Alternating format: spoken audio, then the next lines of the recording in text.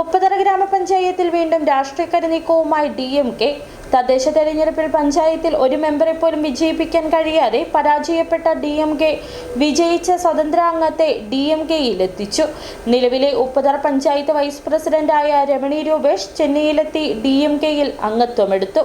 ഇടുക്കി ജില്ലാ നേതാക്കൾക്കൊപ്പം എത്തിയാണ് പാർട്ടി അംഗത്വം സ്വീകരിച്ചത്.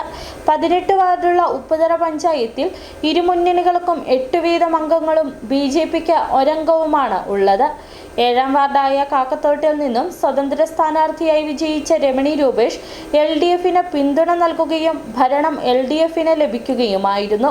കൂടുതൽ ഫണ്ടുകൾ വാർഡിലേക്ക് ലഭ്യമാക്കാനും വാർഡിന്റെയും നാടിന്റെയും വികസനത്തിനായാണ് DMKയിലേക്ക് പോയതെന്നും LDFന് പിന്തുണ തുടരുമെന്നും യാതൊരു ഭരണമാറ്റവും ഉണ്ടാകില്ല എന്നും രമണി രൂപേഷ് പറഞ്ഞു.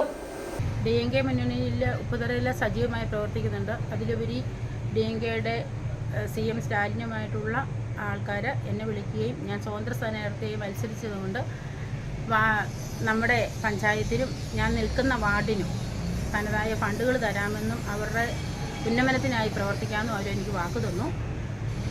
അല്ലാതെ എൻ്റെ സ്വയമായ ഒരു വളർച്ചയ്ക്കല്ല ഞാൻ പോയത്. എൻ്റെ വാർഡിൽ എന്നെ ജയിപ്പിച്ച് ഞാനാക്കിയ കുറേ ജനങ്ങളുണ്ട്.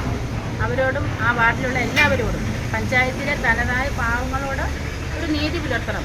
അതിനുവേണ്ടി എങ്ങനെയെങ്കിലും ഒരു ഫണ്ട് സ്വരൂപിച്ച് ഇവർക്കെല്ലാം എത്തിക്കുക എന്നുള്ളതാണ് എൻ്റെ ലക്ഷ്യം. തീർച്ചയായിട്ടും LDFന് പിന്തുണ കൊടുത്ത് തന്നെ ഞാൻ മുൻപോട്ട് ഞങ്ങളുടെ ഭരണം പോകും. ഞങ്ങളുടെ ഭരണം എല്ലാവർക്കും മാതൃകയായ ഒരു ഭരണം കാഴ്ചവെക്കാനായിട്ടാണ് ഞങ്ങൾ തീരുമാനിക്കുന്നത്. വാർത്തയുടെ കൂടുതൽ വിവരങ്ങളുമായി ഷിനു വളകോട് ചേരുന്നു.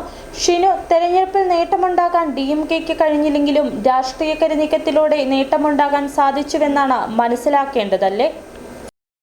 മാറ്റങ്ങൾക്കും കൂറുമാറ്റങ്ങൾക്കും ഏറെ പേരുകേട്ട ഉപ്പുതറ പഞ്ചായത്തിൽ വീണ്ടും ഒരു കൂറുമാറ്റം കൂടി. ഉപ്പുതറ പഞ്ചായത്തിലെ വൈസ് പ്രസിഡന്റ് ആയിരിക്കുന്ന രമണി രൂപേഷാണ് DMK പാളയത്തിലേക്ക് ചേക്കേറിയിരിക്കുന്നത്. കോൺഗ്രസിന്റെ സജീവ പ്രവർത്തകയായിരുന്ന രമണി രൂപേഷ് സീറ്റ് ലഭിക്കാത്തതിനെ തുടർന്നാണ് സ്വതന്ത്ര സ്ഥാനാർത്ഥിത്വമായി മുമ്പോട്ട് വരികയും വിജയിക്കുകയും ചെയ്തത്. ഇതിനുശേഷം രമണി CPMന് പിന്തുണ നൽകുകയായിരുന്നു. ഇതിന്റെ പിൻബലത്തിലാണ് ഈ ഇടതുപക്ഷം ഉപ്പുതറ പഞ്ചായത്ത് ഭരിക്കുന്നത്.